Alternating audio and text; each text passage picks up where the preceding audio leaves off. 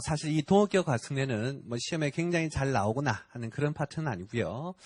2009년도 경에 이제 만들어졌고, 현재 1차 시험에 말 문제로 이제 보기 한 줄 출제되었고, 그다음 2차 시험에도 이제 개정된 그 해에만 2차 시험에 나왔고, 2차 시험에 그 이후에는 안 나오는 조금 지엽적인 내용이어서, 여러분들 중에 여력이 되시는 분들은 이제 공부하시고, 그렇지 않은 분들은 넘어가셔도 출제 가능성이 매우 높지는 않다. 참고하시면 되겠어요. 자, 개념 설명을 해보면, 자, 우리 기본적으로 이제 법인의 과세칙을 보면, 여기 법인이 있고요. 그 법인이 벌어들인 이익을 주주에게 이제 배당을 주겠죠. 그럴 때 우리는 법인 단계에서 법인세를 한번 과세를 하죠. 그런 다음에 다시 그 이익이 주주에게 이전되면 주주에게 다시 또 한번 과세하죠. 이때 이 주주가 법인이라면 법인세를 과세할 것이고, 개인이라면 소득세를 과세하겠죠. 그러면 하나의 소득이 두 번 과세가 된 것이니까 이중과세인 것이고, 그것을 이중과세 조정하는 제도가 있죠. 법인이라면 수입배당금 입금불산입, 개인이라면 그로서를 이제 하게 되겠죠. 자, 이게 이제 기본적으로 이제 과세책인데요. 우리 법인들 중에 보면 합자회사나 한명회사 같은 회사들 인적회사죠. 그러한 인적회사들도 일반적인 법인세 과세체계처럼 위에처로 과세를 해요.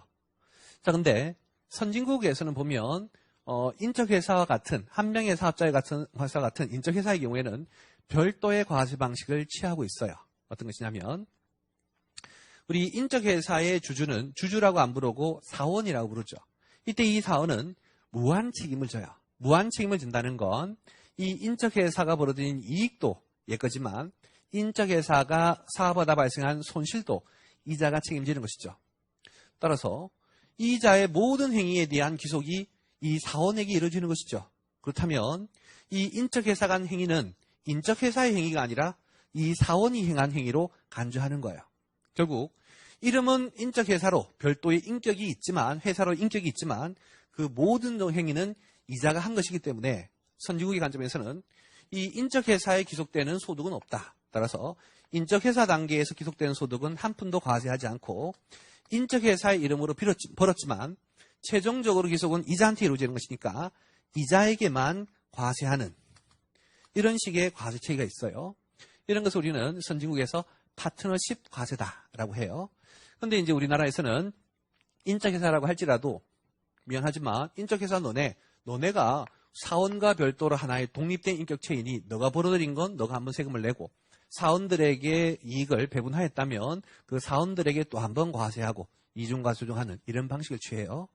그러다 보니 선진국의 그러한 인적회사 과세 방식에 비해서 이중과세가 발생하는 그런 문제가 있겠죠. 세법이 그러한 문제를 해결하기 위해서 우리나라도 선진국이 그러한 파트너십 과세 방식처럼 그러한 과세 방식을 선택할 수 있도록 한 거예요. 원칙은 이건데 너네들이 그러한 파트너십 과세를 원한다면 그렇게 선택할 수 있다라고 하는 거야. 그때 이제 그 파트너십 과세를 한국말로 동업기업 과세특례다라고 이해하시면 되겠어요. 그때 이제 여기 이 인적회사를 동업기업이라고 부르고요. 동업기업. 그리고 이 사원을 동업자라고 불러요. 그러면 이러한 동업기업 과세특례를 적용할 수 있는 법인이라고 한다면 그 동업기업 법인 단계에서는 이익이 있더라도 한 푼도 법인세를 과세하지 않고 구성원 동업자에게만 과세하겠다는 거야. 그때 그 동업자가 개인이라면 소득세를 물 것이고 동업자가 법인이라면 법인세를 물겠죠. 이렇게 하게 되면 동업자에게만 과세가 이루어지니까 이중과세의 문제가 없겠다라고 하는 거예요. 자, 그럼 구체적으로 이제 어떻게 하는 것인지 하나의 사례를 들어서 이해를 해볼게요. 현재 동업기업이 있고요. 이번에 이 동업기업은 1년 동안 제품 매출에서 번 돈이 600원, 토지 처분에서 번 돈이 300원, 기계 처분에서 번 돈이 100원. 이렇게 이제 토탈 1,000원을 번 게 있어요. 그 다음, 그 동업기업이 이제 구성원에는 봤더니 현재 내국법인에 해당하는 동업자가 4놈이 있어요. 그리고 그 한 놈마다 전부 다 손익분배 비율은 10%예요. 그러면 전체 이제 손익분배 비율은 40%가 될 것이고, 그 다음에 이제 동업자의 또 다른 이제 유형의 거주자가 있어요. 그래서 6명의 거주자가 있고, 그 6명이 이제 각각 손익분배 비율이 10%에서 토탈 60%가 있더라. 어떤 상황인지 이해하시겠죠? 자, 이제 그놈의 이제 과세 체계를 이제 한번 설명해 볼 건데, 자, 아까 앞에서 했던 이 개념이 있죠. 이 개념은 마치 뭐하고 유사하냐면 우리 소득세에서 배웠던 공동사업장의 과세하고 유사해요. 공동사업장이란 여러 명의 사업자가 함께 이제 동업을 하는 형태로서 과세하는 방식은 1단계는 그 공동사업장에서 벌어들인 소득금액이 얼마냐를 구하죠. 그때 이제 그 공동사업장을 1거주자로 보아 과세하는 거 아시죠? 그래서 그 공동사업장에서 번 소득이 얼마인지를 제일 먼저 구하되 그 구한 금액을 공동사업장에게 누진세율로 과세해요? 아니면 구성원에게 분배하여 구성원에게 과세해요? 구성원에게 과세하는 거 아시죠? 그때 구성원에게 분배할 때는 그 구성원들의 손익 분배 비율로 하는 것이죠.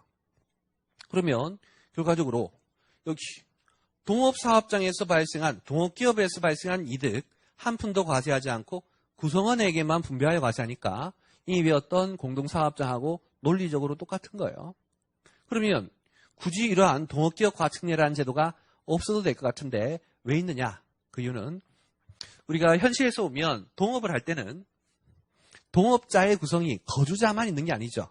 거주자랑 비거주자랑 동업할 수도 있고 내국법인이랑 외국법인이랑 동업할 수도 있고 이렇게 동업자의 구성 현황에는 내국법인, 외국법인, 거주자, 비거주자와 같이 다양한 동업의 형태가 있을 수 있는데 그런데 현재 우리 소득세에서 배웠던 공동사업장의 그 특례 공동사업장 소득금액을 과세하는 규정은 그 전제가 구성원이 전부 다 거주자일 걸 전제하고 해요. 그래서 이제 공동사업장 소득금액 구할 때도 그 공동사업장을 마치 1거주자인 것처럼 보고 구하잖아요. 그래서 그 전제가 구성원이 전부 다 거주자일 것을 전제하고 있는 거예요. 하지만 현실에서는 거주자끼리 말고도 이렇게 내국법인 거주자 그리고 외국법인 비거주자와 같이 다양한 형태로 동업을 할 수가 있으니까 그러한 다양한 동업의 형태에 대해서 과세하기 위하여 만든 규정으로 그렇게 이해하셔도 좋겠다. 현재는 이제 네 가지 이제 그 분류 중에 두 가지 내국법인 동업자하고 그 다음에 거주자 동업자하고만 존재하는 것으로 그렇게 제가 지금 사례를 들었어요. 그리고 계산의 편을 위해서 10명의 구성원이 있는데 전부 다 10%씩 이렇게 이제 했다. 자, 그러면 이제 어떻게 할 건지 보죠. 아까 얘기했듯이 현재 이 동업기업이 이러한 소득을 벌었지만 우리는 얘한테는 세금을 안 물린다. 왜? 얘가 한 행위는 얘가 한 게 아니라 전부 다 구성원 연놈이 한 것이죠. 그럼 구성원 연놈이 한 것이니까 구성원 연놈의 소득을 바로 구하느냐 그런 것은 아니고 공동사업장처럼 얘를 한 놈인 것처럼 보아 소득을 구한 다음에 그 소득을 구성원들의 손익 배분 비율로 배분하는 거예요. 그럼 먼저 1단계 이 동업기업에서 벌어들인 소득이 얼마냐를 구해야 될 건데 공동사업은 얘를 1거주자처럼 보하는데 동업기업 과세는 그렇게 할 수가 없죠. 구성원에는 거주자만 있는 게 아니라 내국법인, 외국법인, 비거주자도 더 있을 수가 있으니까 그래서 현재 법은 이렇게 해요. 만약 이 내국법인 구성원들의 소득금액을 구하고자 할 때는 이 동업기업을 1내국법인인 것처럼 본다. 그럼 얘가 하나의 내국법인이라면 얼마 벌었을 건지를 구해요. 기본적으로 우리 각사 소득 구할 때는 제품 매출, 토지 처분이, 기계량 처분이 다 들어가죠. 그래서 1내국법인으로 본다면 이 동업기업이 벌어들인 소득은 각사 소득이 1,000원이 될 것이고 자 이제 여기 갑을병정과 같이 거주자들의 소득을 구할 때는 이 동업기업을 1거주자인 것처럼 봐요. 1거주자인 것처럼 보면 제품 매출에서 번 건 사업소득이겠죠. 600원. 토지 처분에서 번 건 양도소득이겠죠. 양도소득 300원. 그리고 기계장치 처분에서 번 건 우리 거주자의 과세체계에서는 기계장치 처분 이익은 과세하지 않는 것이죠. 비혈거. 그래서 그것은 없어요. 그런 다음에 이제 이 앞에 있는 1,000원 그리고 600원, 300원 소득을 뒤에 있는 구성원들에게 배분하면 될 것인데 현재 법원 과세체계상 바로 최종 구성원에게 분배하지 말고 구성원 그룹별로 묶으래요. 구성원 그룹이 현재 봤더니 내국법인이 4놈이 있었죠. 그것은 이제 내국법인 동업자군이고 그 동업자군에서 배분받을 율은 40%고 거주자로 분류되는 애들이 토탈 6명이 있고 그 거주자 동업자군의 손익 분배 비율은 60%죠. 그러면 1내국법인 1단계 1내국법인으로 보아 구해진 금액이 1,000원이면 그 1,000원을 이제 2단계 동업자군에게 분배하는 거야. 분배할 때는 공동사업처럼 공동사업장 전체 소득금액의 손익 분배 비율 40% 곱해서 여기는 400원. 그럼 여기 이제 각사 소득이 이제 400원 배분이 되는 것이고, 거주자 동업자군 같은 경우에는 사업 소득 600원에 이제 60%인 360원이 배분. 그리고 300원의 양도 소득의 300원의 60%인 180원이 배분. 이렇게 되는 거예요. 여기 이제 사업, 여기 양도 이렇게 되겠죠. 여기 이제 2단계. 그리고 이제 최종 3단계는 그 동업자 군들의 소득을 다시 구성원에게 분배하는 것이죠. 먼저 A 내국법인이라면 저 내국법인 동업자군 소득 400원인데 그 400원의 40%분의 10% 이렇게. 현재 여기 이제 40%치의 소득이니까, 그리고 40%의 소득을 요 내노맥이 배분해야 되니까 40%분의 10% 하게 되면 100원이 되어서 실질적으로는 1내국법인일 때 각사 소득 1000원에다가 바로 그 A의 손익 배분율인 10%를 곱한 1000원의 10%를 곱한 거나 숫자는 동일하겠죠. 여기 갑거주자도 마찬가지예요. 현재 사업소득이 거주자 동업자군에게 360원이 배분이 되었고, 거기에다가 60%분의 10% 하게 되면 60이 되겠죠. 이게 이제 사업소득. 그리고 양도소득 180원 곱하기 동일한 60%분의 10% 하게 되면 30이 되겠죠. 그래서 여기에 양도소득. 이런 식으로 최종 동업자에게 과세하도록 하고 있다. 그래서 이미 배웠던 공동사업장하고 굉장히 유사한 과세체계라는 거 알 수가 있겠죠. 자, 그럼 일단 여기까지 내용 본문구로 먼저 좀 확인을 해볼게요. 자, 5장 교재를 보시면 먼저 왼쪽 페이지에 그림이 하나 나오죠. 그림 보면 일반 법인세의 과세체계에서 우리가 일반 법인일 때는 법인 단계에서 한번 과세를 하고, 주주 단계에서 배당으로 간 소득 다시 한번 과세를 하고, 그러다 보니 이중과세가 발생해서 이중과세 조정을 하더라. 반면 오른쪽에 동업기업 과세체 같은 경우에는 동업기업 단계에서 벌어들인 이익이 있더라도 그 동업기업에게는 과세하고 안 하고 한 푼도 과세하지 않고 그 이익을 전부 다 구성원, 파트너들에게 배분한다. 그렇게 되면 그 파트너들이 법인이라면 법인세가, 개인이라면 소득세가 과세가 될 것인데, 그때 전 단계에서 과세가 된 게 없으니까 전혀 이중과세의 문제는 없을 것이고, 또한 우리가 이제 이번에 배분받은 소득이 플러스일 수도 있고 마이너스일 수도 있겠죠. 예를 들어서 동업기업이 사업을 하다 손실을 발생했으면 그 손실이 구성원, 내국법인에게 배분되고 거주자에게 배분되죠. 그러면 그 거주자 혹은 내국법인에 다른 소득이 있었을 때 다른 소득에서 결손금 공제를 받을 수가 있다는 거예요. 손금이 될 수가 있다는 거예요. 그렇게 되면 결과적으로 다른 소득에 대한 세금이 줄 수가 있겠죠. 이게 또 하나의 장점이에요. 왼쪽에 있는 일반 법인이라면, 일반 법인일 때는 주주가 이익만 가지고 와요. 이익만 가져와서 그 이익을 다른 소득과 합쳐가지고 최종적으로 과세가 되지만, 동업기업이라면, 동업기업 과세라면 이익만 가지고 오는 게 아니라 뭐까지도 손실까지도 가져온다는 거예요. 이렇게 손실을 가져와서 다른 소득에서 차감할 수 있으니까 세금을 부담을 감소시킬 수 있는 그런 혜택도 있겠죠. 그래서 현재 동업기업 과세가 증되면 두 가지 혜택이 있다. 이중과세의 문제가 없어지고, 그리고 손실을 다른 소득에서 차감할 수 있는. 오른쪽 페이지에 1번 적용 범위에서요. 첫 번째, 동업기업의 정의. 동업기업이란 둘 이상이 금전, 그 밖의 재산, 노무 등을 출자하여 공동사업을 경영하면서 발생한 이익 또는 손실을 배분받기 위하여 설립한 단체를 말하고, 동업기업으로서 다음 중 어느 하나에 해당한 단체가 특례 적용 신청을 한 경우, 그래서 이것은 신청했을 때만 적용하는 거예요. 그런 경우에는 해당 동업기업 및 그 동업자에 대하여 적용을 한다. 그때 이제 동업기업 과특례가 적용될 수 있는 단체는 동그라미 3번에 보시면 한 명의 회사, 합자회사가 가장 대표적이에요. 인적회사. 근데 이 인적회사들 뿐만 아니라 그 위에 있는 조합, 합조조합, 익명조합, 조합의 형태도 가능하고요. 또한 동그라미 4번에 있는 법무법인, 회계법인, 이러한 법인들도 가능하게끔 현재 하고 있어요. 이제는 그 밑에 큰 2번 납세 의무에서요. 먼저 동업기업. 동업기업 자체는 소득세, 법인세 규정에도 불구하고, 예를 들어서 아까 했던 한 명의 회사, 합자회사, 회계법인 등이라면 법인이니까 법인세를 물려야 되는데 법인세 안 물리고, 혹은 민법에 따른 조합이나 상법에 따른 합자조합, 익명조합, 조합이었다면 소득세를 물려야 돼요. 근데 소득세 안 물린다라고 하는 거예요. 이제는 그 밑에 동업자.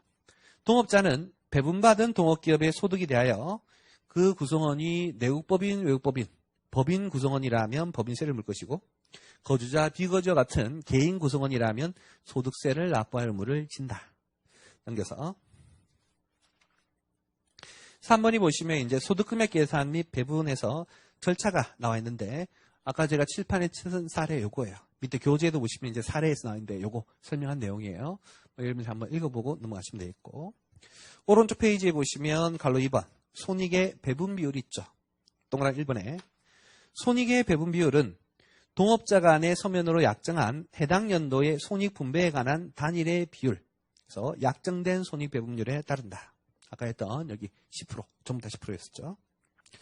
이 경우 약정 손익 분배 비율을 동업기업의 소득계산 및 배분 명세를 신고할 때 약정을 첨부하여 세무서장에 신고해야 되고 상식. 근데 만약 약정된 손익 분배 비율이 없거나 신고하지 않으면 지분의 비율에 따른다. 그래서 우리 공동사업일 때하고 똑같죠. 공동사업일 때도 약정된 손익 배분 비율이 없으면 뭘로 했어요? 지분율이 했던 거하고 동일하게 이해하시면 되겠어요. 동그라미 2번. 조세 피해 우려가 있다고 인정되는 사유가 발생하면 그때만큼은 당년도의 손익 분배 비율이 아니라 밑에 줄에 직전 연도의 손익 배분 비율에 따른다라고 해서 혹시라도 올해 약정된 손익 배분 비율이 조세 피를 위한 것으로 과세관청이 판정을 하게 되면 올해 건 못 쓰고 올해 약정은 인정 못하고 작년 약정을 적용하겠다라는 뜻이고요. 세 번째, 과세연도 중 동업자가 새로이 가입, 들어오거나 탈퇴해서 손익의 배분 비율이 변경이 되면 그 시점을 가지고 나누래요. 그래서 변경 이전 기간과 이후 기간별로 배분 대상 소득 금액을 별도로 구하고 그렇게 이제 전과 후로 나눈 다음에 전의 분배율, 후의 분배율을 각각 곱하여 계산을 하게끔.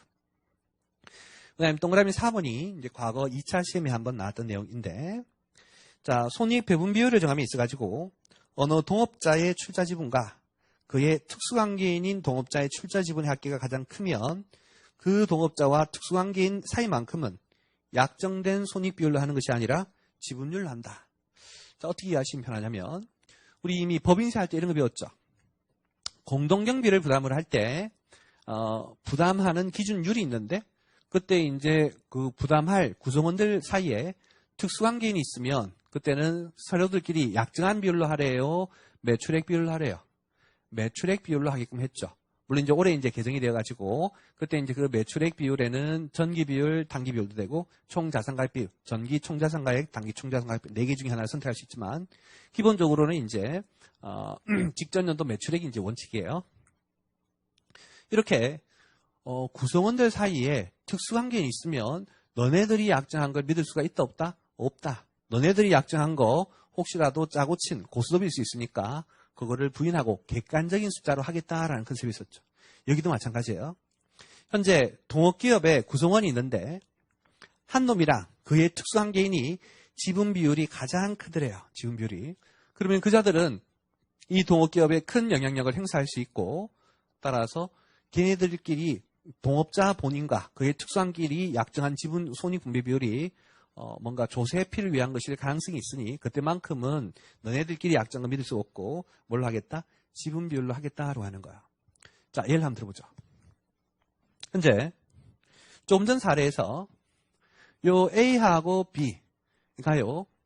A의 지분율은 15%, B의 지분율은 5%이고 다른 애들은 전부 다 손익 배분 비율이 지분율이 10%에서 손익 배분 비율을 일치하다 가정해보죠.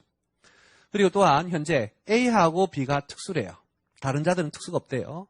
그럼 A, B 같은 경우에는 현재 이 동업기업에서 지분이 가장 큰 자인 것이고 지분이 가장 큰 자인 경우만큼은 걔네들에게 배분하는 것은 손익 배분 비율로 하래요? 지분율로 하래요? 지분율로 하게끔 그렇게 한다는 거예요. 따라서 좀 전에 했던 이제 이 같은 경우에 현재 내국법인 동업자군에게 배분된 금액이 400원이고 그것을 A에게 뿌려야 될 것인데 그때는 A, B의 약정된 손익분배 비율이 20이죠. 그럼 40%분의 20%가 요 A, B들에게 갈 거야. 요 A, B들에게 갈 거. 합쳐서 이제 200원이겠죠. 그 200원을 다시 A하고 B하고 나눌 때는 A, B의 약정된 분배 비율로 하는 게 아니라 뭘로? 지분율로 가라는 것이죠. 현재 A, B의 지분율이 합쳐서 20이고 그중에 A의 지분율이 15%니까 이렇게 해서 150원으로 가게끔 한다라는 뜻이에요. 이게 이제 과거에 2차 시험에 한번 나왔던 바가 있고, 다음 페이지에 소득의 구분인데요. 기본적으로 뭐 거기 있는 거주자, 동업자금 같은 경우에는 거주자의 소득 구분하고 동일하게 한다. 그래서 이자를 받으면 이자 소득, 배당을 받으면 배당 소득, 그리고 지금은 아까 했던 사업 소득, 양도 소득 그대로 가는 거예요. 그다음 그 밑에 내국법인 동업자금 보면 당연히 그거 각사 소득으로 간다. 뭐 이런 식으로.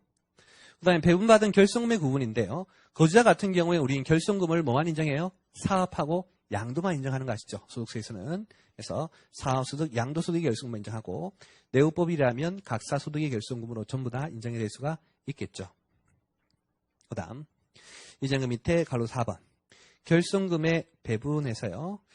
자, 그 결성금 배분 한도의 개념은 이제 칠판에 사례를 들어서 좀 설명을 해보도록 할게요. 자, 우리 조금 전에 이제 했던 사례에서요. A법인의 회계 처리 한번 볼게요. A법인의 회계 처리. 자, 가정하기를 이 A법인이 X년 1일날 저 동업기업에 1,000원을 출자했고, 그럼 현금 1,000원 나가면서 차변에, 우리가 통상 출자할 때는 현금 나가고 차변에 주식이라고 하는데, 주식은 주식회사에서나 가능한 개념이겠고, 주식회사가 아닌 이제 일반 이러한 합병회사, 합자회사, 인정회사 같은 경우에는 통상 지분이라고 하죠. 지분. 그래서 현재 법에서는 지분 가액이라고 표현하도록 하겠어요. 현금 1,000원 나가면서 지분 가액이 될 것이고, 그 다음에 이번에 동업기업이 1년에 1,000원을 벌었고 A에게 처음에 이제 100원이 배분되었죠. 자, 그래서 X1년 말에 동업기업이 벌어들인 1,000원 중에 100원을 A에게 이제 배분하게 되면 그때 이제 회계 처리가 이렇게 돼요. 그래서 이렇게 된다는 개념 뭐처럼 생각하시면 되냐면 지분법처럼 생각하시면 돼요. 여러분들이 중급회계에서 배웠던 지분법 보시면 내가 어떤 자회사를 지배하고 있는데 그렇게 되면 자회사가 번 이익 전부 다 내가 본 거고 자회사가 본 손실 내가 손해본 거잖아요. 바로 그 관점이에요. 동업기업이 번 것은 동업기업이 번 게 아니라 내가 벌었다라는 관점이니까. 그런데 세법은 동업기업이 번 것 중에 100원만큼이 내 것이라면 그건 나의 수익인 것이고 그것만큼 지분법 주식 증가하는 거와 똑같아요. 차변의 지분법 주식, 대변의 지분법 이익 하는 것처럼 그렇게 이제 회계 처리하도록 해요. 그 다음에 이제 X2년 2월 5일인데, 우리가 동업기업에서 아까 번 게 1,000원이었었죠. 근데 그 1,000원을 실제로 다 구성원들에게 다 배당의 개념으로 분배하지는 않았을 거예요. 아마 1,000원을 벌었다면 1,000원 중에 일부만 구성원들에게 배당으로 줬을 것인데, 가정하기를 이번에 700원 배당 줬다고 가지고 전체 1,000원 중에 700원. 700원을 줬으면, 그렇다면 A에게는 얼마 받겠어요? 10%인 70원을 받겠죠. 자, 그게 바로 이제 현금 분배예요. 그래서 용어 하나 주세요. 배분이라는 단어하고 분배라는 거하고 달라요. 배분이라는 것은 저 동업기업이 벌어들인 이익이 있으면 바로 내가 번 거라. 실물 자산이 현금과 같은 실제 자산이 이전되지 않더라도 소득을 버는 순간 내 거다라는 관점이 배분이에요. 배분. 그에 반해서 분배라고 하는 건 상대방 동업기업의 실물 자산이 나한테 이전되는 거, 뭐 토지가 넘어오든 현금이 넘어오든 다. 자, 이번에 배당의 관점으로 동업기업이 70원을 A법인에 줬다면 A법인은 현금 70 받고 수익으로 회계 처리해서는 안 되겠다는 거예요. 왜? 이미 그 70의 수익은 전년도 여기 다 인식이 된 것이죠. 그래서 이것도 역시 지분법 회계 처리와 똑같아요.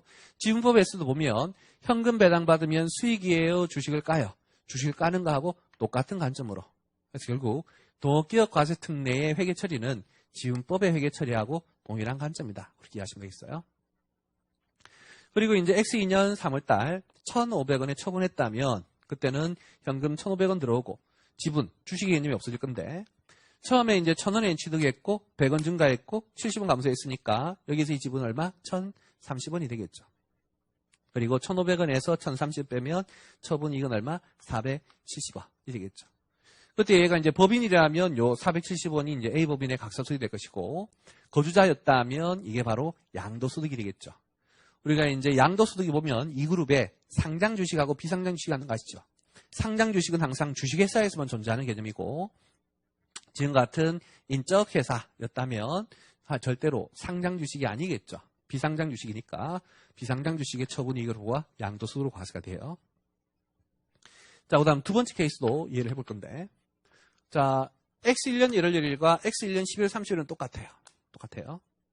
자, 이제 두 번째 바뀐 건 X2년 12월 31일인데 조금 전에는 이 A법인이 참 동업기업이 X1년도에 사업에서 1,000을 벌었지만 여기 X1년도 근데 X2년도에는 얘가 사업 활동에서 손해를 700원을 봤대요. 손실을 700원. 그렇다면 X2년도에 이 A 내국법인에게 분배가 되는 결손금은 70원이겠죠. 그래서 여기 X2년 말에 결손금이 배분된 금액이 70이다라고 한번 가정을 해보죠. 그럼 그때 우리 지분법 회계 처리와 동일하게 지분법 이익은 대변, 지금 같으면 지분법 손실이겠죠. 그래서 지분법 손실이 차변, 그리고 그만큼 지분이 이제 감소해야 되겠죠. 이렇게. 제가 이제 요거 이제 대응되게 쓴 건 이제 어떤 개념이냐면, 우리 출자를 하거나 소득을 배분하게 되면 나의 지분가액은 증가하겠지만, 실물 자산을 분배받거나, 지금처럼 결손을 배분받으면 나의 지분가액은 감소한다. 이해하시겠죠? 그래서 이제 현금으로 분배받든 결손금으로 배분받든 현재 처분하기 전까지 나의 지분가액은 똑같이 1,030원이 될 것이고 1,500원에 처분했다면 동일하게 470원의 처분이익이 나와서 법인이라면 각소수득, 개인이라면 양도소득으로 과세가 되겠죠. 자, 근데 만약 X2년 말에 내가 배분받은 결손금이 70원이 아니라 1,500원이라고 한번 가정해보죠. 이때 이제 이 1,500원 그대로 인식하면 지분법 손실, 비용의 관점이 1,500원이고 지분가액 감소는 1,500원일 것인데 아까 우리 지분이 증가한 금액이 처음에 출자로 증가한 게 1,000원이었고 소득을 배분받아서 지분이 증가한 금액이 100원이었죠. 그러면 결손금 배분하기 전까지가 지분가액은 1,100원이 있었어요. 근데 이번에 1,500원의 비용을 인식하게 되면 지분가액도 1,500원이나 감소하겠죠.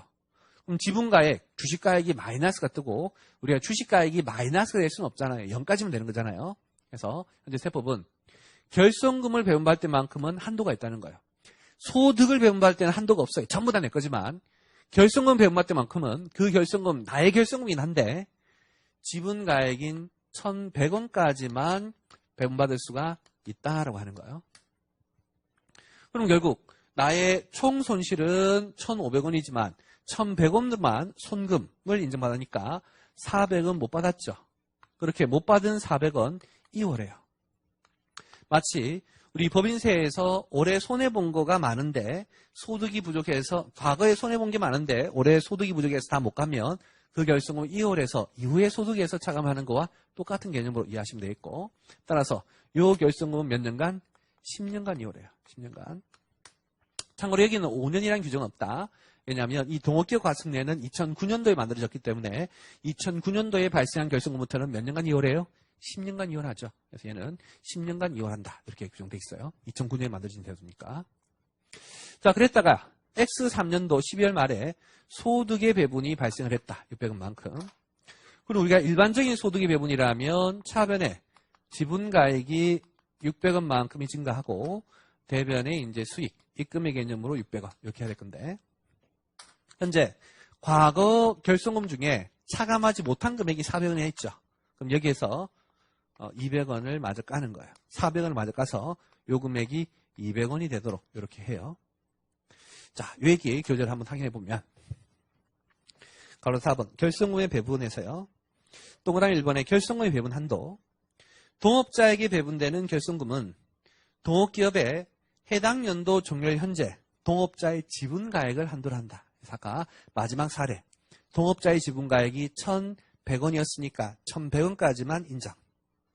동그라미 2번의 2월 배분에서 지분가액을 초과하는 동업자의 결손금 좀 전 사례에서는 400원이었죠. 그 400원은 해당 연도의 다음 연도 개시 이후 10년 이내에 종료하는 연도에 이월하여 배분하되 이월된 각사년도에 배분하는 동업기업의 각사 결손금이 지분가액에 미달할 때에만 미달하는 금액의 범위 내에서 추가로 배분한다. 그래서 여기가 기본적으로 2월하여 배분하되 2월하여 배분된 그 결손금이 지분가액에 미달할 때 그래서 미달하는 금액 범위 내에서 추가로 배분한다. 그래서 여기 현재 소득 배분된 게 얼마나 있어요? 600. 그러면 400이 2월 되니까 400을 다 깔 수가 있겠죠. 그 뜻이에요. 그 다음 그 밑에 갈로 5번 수동적 동업자 특례인데 현재 이 수동적 동업자라는 단어는 출자 공동사업자하고 동일한 것으로 이해하시면 되겠어요. 우리 이미 소득세 할 때 배웠죠. 출자 공동사업자란 공동사업에서 발생하는 것인데 그 출자 공동사업자는 유한 책임이에요? 무한 책임이에요? 유한 책임이죠. 이름 안 쓰고 유한 책임이고 그리고 경영에 참여하지 않고 기억하시죠? 그런 개념이 여기에도 동일하게 존재한다는 거예요. 다만 여기에서는 이제 출자 공동사업자로 부르지 않고 수동적 동업자로 불러요. 읽어보면 수동적 동업자의 경우에는 위 규정에도 불구하고 배분받은 소득금액을 배당 소득으로만 본다. 우리 출자 공동사업자도 사업소득으로 봤어요? 배당소득으로 봤어요? 배당소득으로 봤죠. 이유는 전혀 경영에 참여하지 않는 유한 책임을 지는 자이죠. 유한 책임이라면 내가 경영한 게 아니기 때문에 사업소득이라고 볼 수는 없겠고 단순한 이익의 분배예요. 단순한 이익의 분배라면 배당소득이 돼야 되겠죠. 그런 관점. 또한 수동적 동업자에게는 결손금을 배분하지 아니한다. 왜냐? 유한 책임이니까 그래요. 무한 책임을 지는 자만 상대방 법인의 손실을 내가 부담하는 것이지 유한 책임이라면 이익만 가지고 오는 것이고 손실은 가지고 오지 못하는 것이죠. 그런 차원에서 수동적 동업자에게는 결손금을 배분하지 않게끔 하고 있는 것이고 계속해서 종료일로부터 10년 이내에 끝나는 연도에 수동적 동업자에게 소득금액을 배분할 때 배분되지 않은 결손금을 배분대상 소득금액에서 공제하고 배분한다. 자, 마지막에 이것도 문제가 뭐냐면 이거예요. 만약에 이제 조금 전 사례, 요 사례가요, 수동적 동업자의 경우였다고 한번 가정해보죠. 수동적 동업자였다면요, 먼저 1,500원의 손실이 발생했을 때 결손금을 손금으로 인정하지 말라는 거예요. 수동적 동업자는 이거를 가지고 올 수가 없는 것이다. 그리고 이제 나중에 소득의 이제 배분이 발생을 했죠. X2년도에는 결손이었지만 X3년도에는 이익이 발생했죠. 그럼 이때 원래는 차변에 지분이 600, 대변에 수익이 600 이렇게 해야 되지만 내가 이 시점에 손금으로 인정 안 된 금액이 1,500 있잖아요. 그러면 요 금액에서 까라는 거예요. 그럼 여기가 빵, 여기가 빵이 되어서 이제 이월할 수 있는 금액은 얼마? 900원. 그래서 나중에 소득이 배분할 때는 그때 옛날에 배분되지 않았던 결손금을 공제한다라는 표현인 거예요. 별표에 보시면 수동적 동업자의 정의가 나오죠. 한번 읽어보면 동업기업의 경영에 참여하지 않고 출자만 하는 자로서 다음에 모두 해당하는 동업자를 말하고 그때 1위 이름을 안 쓰게 하고 2가 무한 책임이 아니어야 되고 까지는 완벽히 출자 공동사업자 규정하고 똑같아요. 다만 이제 동업기업에는 세 번째 임원이 아닐 것. 이게 왜 있느냐면 우리 출자 공동사업자는 전부 다 구성원인 것이죠. 전부 다 거주자인 것이죠. 법인의 개념이 없겠죠. 따라서 그 거주자가 단순히 이제 돈만 되었으니까 그 뭐 사업장의 임원이라는 개념은 존재할 수 없는데 동업기업은 법인도 있을 수가 있겠죠. 동업기업은 주로 이제 법인이 많겠죠. 그래서 법인의 임원이라면 법인의 경영을 책임지는 자인 것이죠. 경영에 직접 관여한 자니까 그 놈은 안 되겠다. 그래서 뭐 출자 공동사업자 달라지지 않는 것이다. 출자 공동사업자는 개인 사업자에게만 존재할 수 있는 것이고 개인 사업자에게 뭐 임원이라는 관점은 없으니까 하지만 동업기업은 법인이 있고 법인이라면 임원이 있을 수 있으니까 임원도 안 돼야 되겠다라는 뭐 추가적인 조항이 있는 것으로 그렇게 이해하시면 되겠고 이제는 그 밑에 4번 지분가액의 조정에서요. 우리 이제 지분가액이 얼마냐에 따라서 결손금을 배분받을 건지 못 받을 건지 얼마까지 받을 수 있는 건지가 정해지는 것이죠. 그때 이제 지분가액은 언제 변할 거냐? 오른쪽에 증액 조정. 언제 증가하냐면 저번 줄에 추가로 취득. 그 다음에 그 밑에 동그라미 이번에 소득을 배분받은 경우 요거예요. 요거 출자해서 취득하고 소득 배분받은 거. 요때는 증가. 반대로 지분가액이 감소하는 경우는 어떤 경우냐? 동그라미 1번에 동업기업 자산의 분배 그리고 지분의 처분. 이어서 요거 분배받으면 지분이 감소하고 처분해도 지분이 감소하고 그 다음에 이제 그 밑에 동그라미 2번 결손금을 배분받는 경우 결손금을 배분받아도 역시 지분가액은 감소하겠다. 상식이죠. 이제는 그 밑에 큰 5번 동업기업 지분의 양도해서요. 우리 이제 동업기업 지분을 이렇게 처분하게 되죠. 그러면 그때 처분해서 발생한 이익 뭘로 과세할 거냐가 이제 핵심인데 거기 두 번째 줄 보시면 소득세, 법인세법에 따라 양도소득세나 법인세로 과세한다. 그래서 개인이라면 양도소득세, 법인이라면 각사소득. 그 밑에 양도소득은 얼마냐면 양도가액에서 취득가액을 빼되 이때의 취득가액은 최초 취득가액인 1,000원을 의미하는 것은 아니고 갈로 안에 있는 것처럼 양도일 현재의 증액 감액 조정 후에 지분가액. 그래서 좀 전에 했던 1,030원이다. 1,000원이 아닌 증액 감액을 고려한 후에 1,030원이다. 이런 뜻이에요. 넘겨서 그 다음에 다음 페이지 보시면 7번 기타 사항이 있는데요. 동그라미 1번에 보시면 적용 신청해서 있죠. 자, 동업기업 과세특례는 신청하는 제도인데 첫 번째 줄에 동업기업 과세특례를 적용받으려는 최초의 과세연도 개시일 이전. 그래서 요거 시작하기 전날만 신청하면 된다는 거예요. 그 다음에 동그라미 이번에 포기 신청인데 두 번째 줄에 적용받지 않으려는 최초 과세연도 개시일 이전. 그래서 신청이든 포기든 전에 하면 된다. 이해하시면 되겠고. 그 다음 그 밑에 포기의 제한이 있는데 동업기업 과세특례를 최초로 적용받은 연도와 그 다음 연도의 개시일부터 4년간은 포기할 수가 없다.